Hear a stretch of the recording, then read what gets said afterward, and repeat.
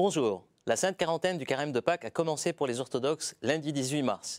Nous poursuivons aujourd'hui en son et images notre montée vers Pâques avec une présentation des 5 dimanches du Carême de Pâques. Puis je reçois Michel Stavroux, professeur de théologie des dogmes à l'Institut Saint-Serge à Paris, pour un entretien sur l'enseignement théologique orthodoxe en France. Nous y évoquerons l'apport de cette école de théologie orthodoxe fondée en 1925 par l'émigration russe en France, puis devenue un des principaux centres de rayonnement de la pensée orthodoxe en France et bien au-delà. Notre reportage portera sur l'icône bulgare, qui fait actuellement l'objet d'une exposition en France.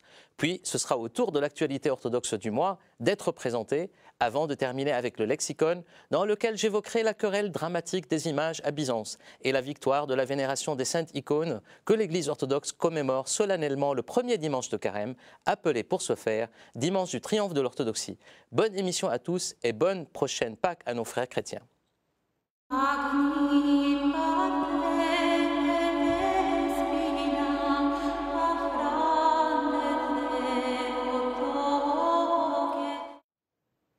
La Sainte Quarantaine du Carême de Pâques vient de commencer pour les orthodoxes lundi 18 mars. Elle rappelle les 40 jours de tentation du Christ dans le désert et commence le soir du dimanche du pardon avec le rite du pardon, préalable pour entrer en Carême. Si vous pardonnez aux gens leurs péchés, votre Père céleste aussi vous pardonnera vos péchés. 5 grands dimanches de Carême vont se succéder dans une progression spirituelle vers Pâques. Les fidèles doivent, selon l'apôtre Paul, laisser les œuvres des ténèbres et revêtir les armes de lumière. Le premier de ces dimanches commémore le triomphe de l'orthodoxie. L'iconoclasme, cette doctrine rejetant les icônes, a été vaincue. La vénération des icônes rétablie et avec elle, l'orthodoxie de la foi a triomphé.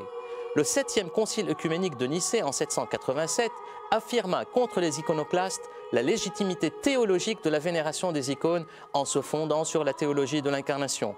Le Christ n'est-il pas son incarnation, l'image du Dieu invisible, le premier-né de toute la création ?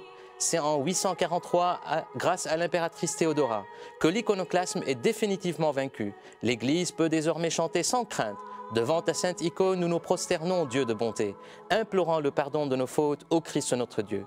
Le deuxième dimanche est dédié à saint Grégoire Palamas et célèbre sa contribution théologique fondamentale en justifiant la doctrine de l'hésychasme devant ses détracteurs et en affirmant la possibilité pour la personne humaine de participer aux énergies incréées de Dieu. Au 3e dimanche du Carême, l'Église dresse devant nous la croix du Seigneur pour soutenir notre élan spirituel vers Pâques, car la croix ainsi vénérée symbolise la passion du Seigneur, mais aussi et surtout sa victoire sur la mort. Le 4e dimanche est consacré à saint Jean Climac, ce moine syrien du 7e siècle, un des plus grands ascètes orthodoxes, l'auteur de l'Échelle sainte, le livre de référence du monachisme et de la spiritualité orthodoxe. Le 5e dimanche, avant la Semaine Sainte, est dédiée à Sainte Marie l'Égyptienne, une grande ascète qui vécut au 5e siècle et lutta spirituellement dans le désert d'Égypte. Elle devint par sa vie et ses luttes un modèle emblématique du repentir et de la reconversion pour les fidèles. L'Église nous le rappelle. Un autre soutien de taille pendant le Grand Carême est la Mère de Dieu. Chaque vendredi, un office d'acatiste lui est chanté. Il s'agit d'un chant d'action de grâce qui a été chanté debout par les habitants de Constantinople pour célébrer la protection que la Mère de Dieu offrit à leur ville de Constantinople lors de son siège en 626. Le patriarche Serge implora à l'époque la protection de la Mère de Dieu en faisant des processions avec son icône sur les remparts de la ville de Constantinople. La bataille fut gagnée et le peuple reconnaissant de Constantinople rendant grâce à la Mère de Dieu lui chanta un hymne toute la nuit sans s'asseoir. D'où le nom d'acatiste, c'est-à-dire la prière lors de laquelle on ne s'assoit pas. L'Église commémore aussi le 25 mars la fête de l'Annonciation, aurore de notre salut, qui tombe souvent dans le Carême. Le jeûne, notamment alimentaire, avec l'abstinence de viande et de laitage, est important aussi. Mais le Carême, printemps de l'âme, n'est pas qu'un ensemble de règles alimentaires, mais un élan vers Dieu, puis vers les frères. Quand vous jeûnez, ne vous donnez pas un air sombre comme font les hypocrites, nous prévient le Seigneur. Pour toi, quand tu jeûnes, parfume ta tête et lave ton visage pour que ton jeûne soit connu, non des hommes, mais de ton Père qui est là dans le secret, et ton Père qui voit dans le secret te le rendra. Attention donc au rigorisme dénué de finalité spirituelle, où la lettre prend le dessus sur l'esprit, la forme sur le fond.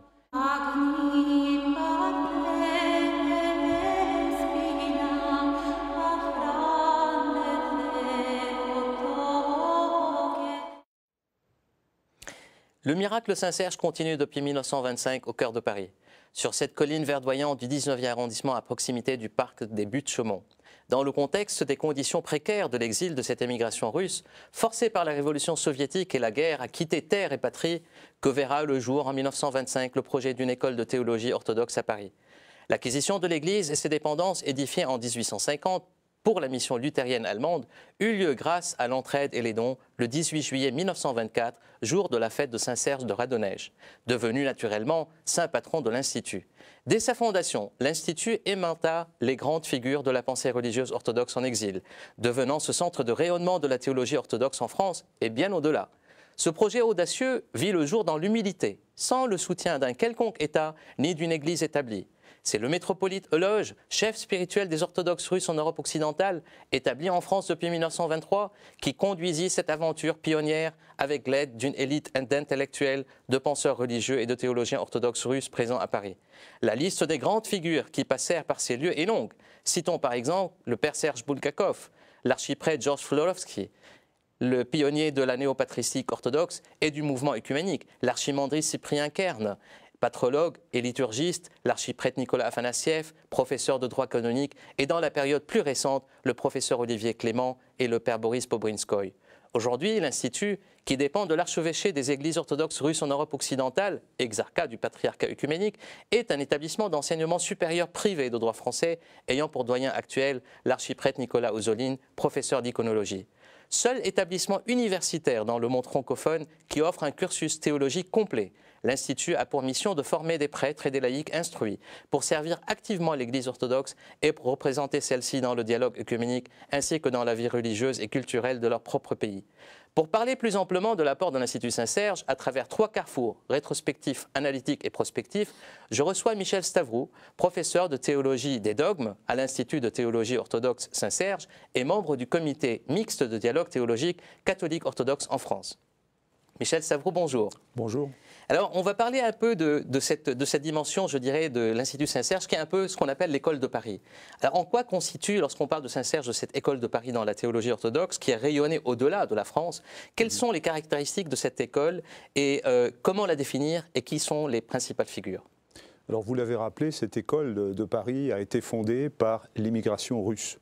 C'est-à-dire une génération extraordinaire de théologiens, d'intellectuels russes qui venaient, je dirais, héritiers de toute une contribution au XIXe siècle de la part de la pensée russe, de la pensée philosophique et théologique. Ici, je pense à des grands noms comme Vladimir Solovyov, par exemple, ou le père Florensky. Et puis, tout cela est tributaire, finalement, en premier lieu, Berdaïev aussi, Nicolas Berdaïev aussi. Alors Nicolas Berdaïev, ici même, à Paris, bien sûr. Là, je parle, si vous voulez, des origines. Des origines. Voilà, il faut voir ce travail de renouveau de la pensée et en même temps de la spiritualité qui est parti du prolongement du renouveau philocalique du XVIIIe siècle, qui a atteint la Russie au XIXe et qui a rayonné à travers de grands hommes tels que Dostoïevski, par exemple. Et donc, il y a eu tout un renouveau, je dirais, de la pensée et de la théologie russe à la fin du XIXe, qui a abouti à un concile de 1917-18, après la chute du régime à Moscou, après la chute du régime impérial, et la venue de tous ces intellectuels, ici à Paris, qui ont été confrontés en fait à la question suivante: comment revivre la foi en dehors du contexte d'une société chrétienne, mais en même temps, je dirais, dans le cadre d'un État. Il n'y avait plus d'État impérial, ils étaient déracinés. C'est l'épreuve à la fois physique et spirituelle. C'est l'épreuve physique et spirituelle, et c'est l'épreuve du désert. C'est l'épreuve où on recherche l'essentiel, on se ressente sur l'essentiel. Et c'est là que le miracle est arrivé. L'école de Paris, c'est ça, fondamentalement. D'accord, d'accord. Alors l'école de Paris, ce n'est pas seulement l'Institut Saint-Serge, mais c'est vrai que c'est le pôle principal autour duquel gravitent de grands esprits chrétiens. Donc vous avez cité Nicolas Berdyaev, par exemple, l'initiateur de la revue Putsch, La Voix, et puis qui participait au dialogue écuménique dans les années 20. Il faut rappeler que c'était quand même exceptionnel à cette époque. Et puis il y a de grands théologiens patristiciens, comme Mira Lodborodine, avec laquelle a travaillé et collaboré Jean Danielou, qui devait par la suite fonder les Sources chrétiennes en 1942. Et puis, il y a le fameux Vladimir Lossky, grand patrologue que l'on sait, qui n'a jamais enseigné à Saint-Serge, pour les raisons que l'on connaît, Absolument. parce qu'il s'est affronté au père Serge Boulgakov, qui était à cette époque la grande figure de l'Institut de théologie orthodoxe. Et pour répondre plus précisément à votre question sur l'école de Paris, je dirais qu'il y a deux grandes tendances. Il y a la tendance de la philosophie religieuse russe, donc qui est héritière directe de ce qui s'est passé en Russie. Et donc c'est le père Serge Boulgakov qui en est le principal héritier, avec son système sophiologique, c'est-à-dire la redécouverte finalement du sens de la sagesse divine, mais qui est à la fois pour lui incréée, c'est la sagesse du Verbe, et en même temps créée. Il y a une double figure dans la création. Le but de son système, de toute sa réflexion, c'est d'essayer de trouver une correspondance mystérieuse depuis la fondation du monde entre la création et le Créateur, entre la Sainte Trinité et l'ensemble de la création. Et donc là, il développe tout un système théologique qui va être plus ou moins reçu, plus ou moins rejeté. Et face à ce premier courant, donc disons de la philosophie philosophie religieuse, il y a un deuxième courant qui est la synthèse néopatristique, qui lui se présente comme une volonté de retour aux sources patristiques, aux pères. Des pères de l'Église. Les pères de l'Église, effectivement. Et là, nous avons comme figure principale le père Florovsky, Mira Lodborodine dont j'ai parlé il y a un instant, et puis Vladimir Lossky. Puis d'autres comme Cyprien Kern que vous avez cité. Donc là, c'est vraiment un retour aux sources et le désir de s'affranchir de toute référence à la philosophie, en particulier à l'idéalisme allemand, qui avait été la grande référence de ces penseurs, de ces théologiens. Très bien. Si on veut parler maintenant de la contribution, je dirais, de l'Institut Saint-Serge en tant que tel, il y a à plusieurs niveaux. Il y a le niveau interorthodoxe, à travers la formation de prêtres, d'évêques et même des patriarches sont passés par Saint-Serge. Il y a le niveau aussi, en fait, interchrétien. Et là, je pense aux semaines liturgiques, en fait, qui remontent aux années 60, si je ne me trompe pas. 1953. 53. Donc à l'œcuménisme, d'une certaine manière, il y a un apport considérable. Et puis à la société française. Comment on peut, en quelques mots, je dirais, parler de cette contribution de Saint-Serge par rapport à ces trois niveaux ? Alors d'abord au niveau interorthodoxe, il est un fait que dès le départ, il y a eu une vision missionnaire et visionnaire, les deux, par rapport à l'ensemble des orthodoxes, qui se trouvaient non seulement ici en Europe occidentale, mais dans le monde. Le fait que cet institut se soit appelé Institut de théologie orthodoxe, et non pas Institut orthodoxe russe, c'était le fait d'une ouverture fondamentale à toutes les dimensions de l'orthodoxie universelle. Donc ça, je dirais que c'est l'apport principal. Et au bout de 2-3 générations, à partir de 1974, l'enseignement qui au départ était donné en russe est passé au français. Très bien. Ouverture à des étudiants venant de partout dans le monde. Du Moyen-Orient, du Moyen-Orient en particulier, centrale. Le patriarche Ignace d'Antioche, Monseigneur Georges Codre. Monseigneur Georges Codre, pour ce qui est du patriarcat d'Antioche. Monseigneur Spéridon de Zarlé aussi. Il y a eu trois Antiochiens. Beaucoup, oui. Et puis donc des Africains, des Américains d'origine slave en général, évidemment des Russes, des Ukrainiens, des Balkaniques en général, bref, toute la pléiade de l'orthodoxie représentée, et aussi des Occidentaux. Donc ouverture à la société occidentale. Un nouveau style, reformuler les catégories du mystère de la foi, puisqu'il est question de théologie. Donc comment dire le mystère du salut en Christ dans un langage renouvelé, pas un simple langage de répétition. Ça, je dirais une actualisation intelligente. Une actualisation, c'est ça, on peut le dire, intelligente, c'est-à-dire dans les catégories de ce qui peut être compris par l'homme d'aujourd'hui. Absolument. Donc à la fois fidélité à la tradition et en même temps reformulation. Ça, je pense que c'est une catégorie essentielle. Deuxième aspect fondamental, c'est l'ouverture écuménique. Il faut rappeler que l'Institut a été acquis du point de vue de la propriété immobilière grâce aux amitiés écuméniques, en particulier protestantes. Tout à fait. Sans le docteur John Mott, ce méthodiste américain, prix Nobel 1946, l'Institut n'existerait pas. Qui a apporté aussi une contribution financière à l'époque. Voilà, considérable. Entre autres. Voilà. Donc ça, c'est vraiment essentiel, cet ancrage écuménique. D'autre part, la participation au Conseil écuménique des Églises à sa fondation en 1948. Envoi de plusieurs observateurs au Concile Vatican II. C'est important. Donc il y avait Nicolas Afanassiev, que vous avez cité, mais il y avait également le père Alexandre Schmemann, qui ensuite est parti aux États-Unis. Il y avait également la grande figure de Paul Evdokimov. Tout à fait. Et Paul Evdokimov et Olivier Clément donc, ont été les héritiers des deux courants dont on a parlé, la philosophie religieuse et en même temps la synthèse néopatristique.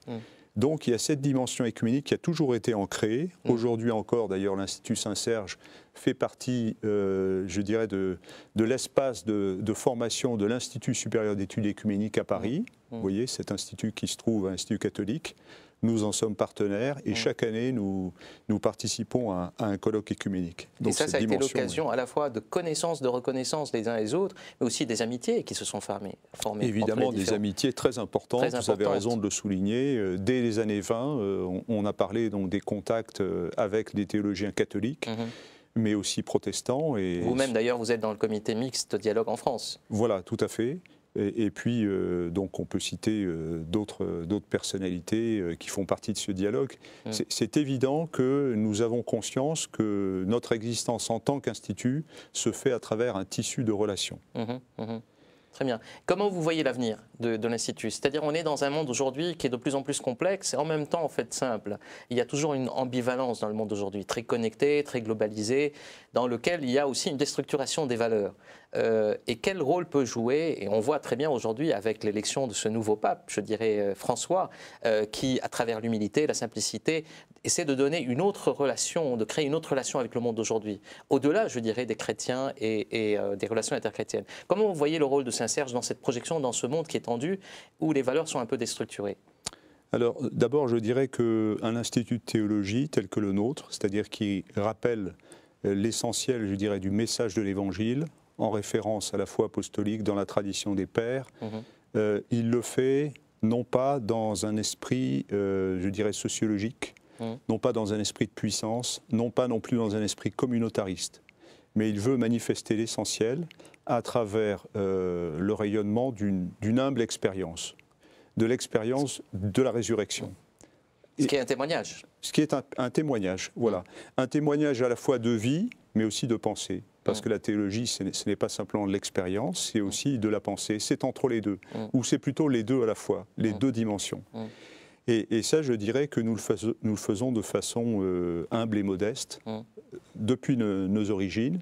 Et nous le faisons aussi délibérément parce que nous nous recentrons sur l'unique nécessaire. Donc nous sommes très bien disposés vis-à-vis de l'élection de ce nouveau pape, qui correspond tout à fait, je dirais, à nos valeurs, entre guillemets. C'est tout un programme, je dirais, d'une certaine manière. Et la rencontre un peu historique entre le patriarche Bartholomé, qui était à Rome, et le pape François, mais aussi l'invitation du patriarche Bartholomé pour fêter, en fait, à Jérusalem, cette grande, les 50 ans, je dirais, de cette rencontre entre les catholiques et les orthodoxes. Je pense que là, on s'inscrit dans une actualité qui est de nouveau dynamique. Et donc, j'espère que Saint-Serge aussi prendra sa part. Alors, Saint-Serge peut prendre sa part, mais pour cela, Saint-Serge doit se recentrer aussi sur ce qui réunit l'ensemble des orthodoxes. Vous savez que le gros défaut de l'orthodoxie historique, c'est d'être séparé en différentes traditions, mais des traditions finalement purement historiques et sociologiques. Or, nous, à Saint-Serge, nous avons le souci de faire retour à cette conscience de l'universalité orthodoxe. Très bien. Voilà, donc en fait, on va terminer un peu sur ce message d'unité dans la diversité. Exactement, à l'image de la Sainte Trinité. Absolument. Merci beaucoup, Michel, d'être venu.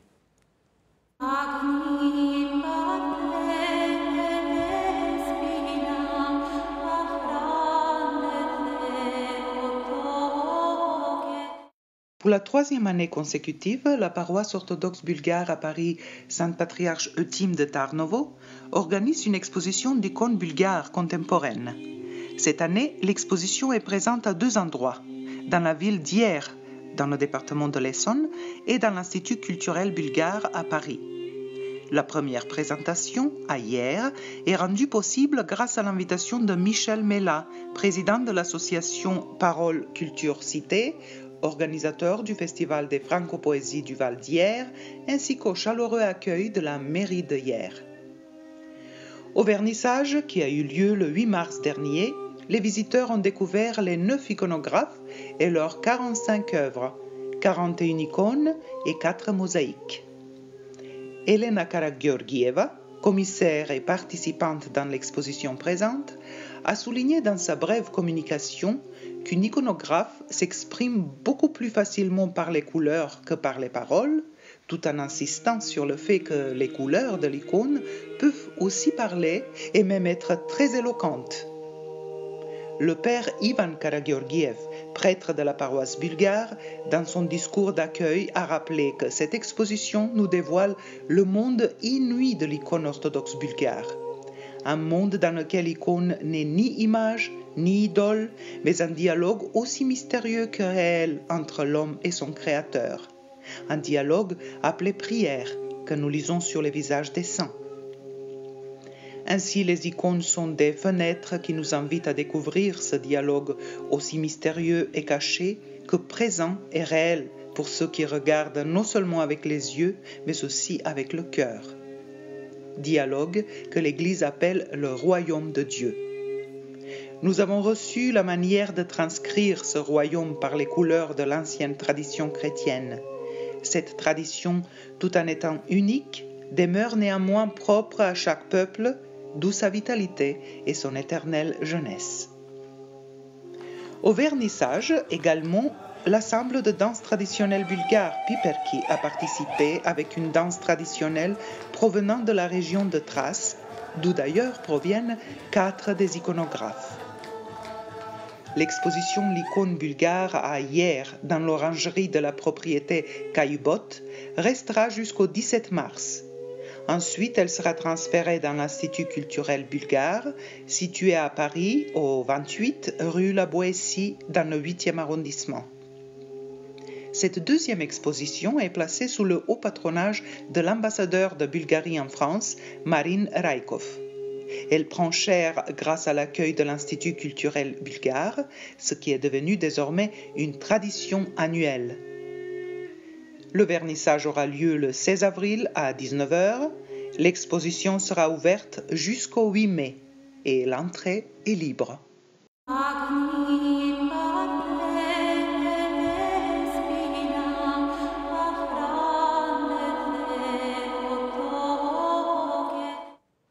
L'actualité orthodoxe. Tatiana, bonjour. Bonjour Carole. Orthodoxie France, élection du pape François. Les évêques orthodoxes de France ont salué le 15 mars dernier l'élection du pape François. De nombreux défis importants l'attendent, précise leur communiqué, des défis internes à l'Église catholique, interchrétiens pour le témoignage de l'unité chrétienne dans le monde d'aujourd'hui pour que le monde croie, interreligieux pour que le dialogue religieux soit un facteur de paix et de progrès dans le monde en crise qui est le nôtre, mais aussi sur le plan de témoignage chrétien dans le monde de plus en plus séculier d'aujourd'hui. Installation du pape François, les orthodoxes à Rome. Un signe fort pour l'unité des chrétiens, sa sainteté le patriarche Bartholomée, patriarche œcuménique de Constantinople, a participé à la messe d'installation du pape François à la tête d'une délégation du patriarcat, une première depuis 1054. Le métropolite Emmanuel était présent également à Rome en tant que président de la CEC. La délégation du patriarcat de Moscou était dirigée par le métropolite Hilarion de Volokolamsk et celle du patriarcat d'Antioche par le métropolite Silouane de Buenos Aires et de toute l'Argentine. Orthodoxie Monde, élection du nouveau patriarche de Bulgarie. Élu le 24 février, le nouveau patriarche de l'Église orthodoxe de Bulgarie, sa béatitude, néophyte, 67 ans, est un spécialiste du chant liturgique et un théologien reconnu. Il a célébré sa première liturgie patriarcale le dimanche 10 mars à la cathédrale Sainte-Cyriaque de Sofia. Parution, la joie du royaume. Paru aux éditions IMCA Press en décembre 2012, cet ouvrage regroupe des actes du colloque tenu en 2008 à l'Institut de théologie orthodoxe Saint-Serge à Paris sur l'héritage du père Alexandre Schmemann, une des figures les plus marquantes du monde orthodoxe du XXe siècle. Qu'est-ce que l'orthodoxie ? Paru en 2013 aux éditions Gallimard Folio, ce livre d'Antoine Arjakovski, directeur de recherche au Collège des Bernardins à Paris, constitue selon les termes de l'auteur une enquête sur l'orthodoxie comme critère de la vérité et qualité de la foi, invite à saisir par une nouvelle synthèse l'histoire de la pensée chrétienne et l'histoire de la pensée rationnelle. Le Père Raphaël et autres saints de tous les jours. Les éditions des Sirtes publient le 21 mars à Paris ce livre du père archimandrite Tikhon Shevkunov du monastère de la Sainte Rencontre qui dresse un tableau vivant de l'univers méconnu et caché de la vie des moines dans les 20 dernières années du XXe siècle en Russie. Merci Tatiana. Je t'en prie.